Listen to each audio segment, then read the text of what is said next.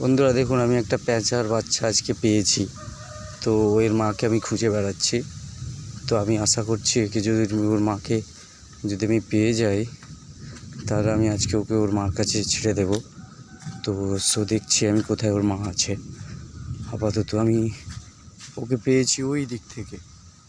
তো আমি এখন নিয়ে যাচ্ছি এই দিকে। ওদিকে একটা জায়গাতে পেঁচা থাকে যদিও, তো আমি ওই জন্য ওকে নিয়ে যাচ্ছি ওই দিকে। আশা করছি যদি আপনাদের ভিডিওটা ভালো লাগে তাহলে আপনারা একটু লাইক এবং শেয়ার করে দেবেন। তো তো আমি এখন নিয়ে যাচ্ছি ওকে।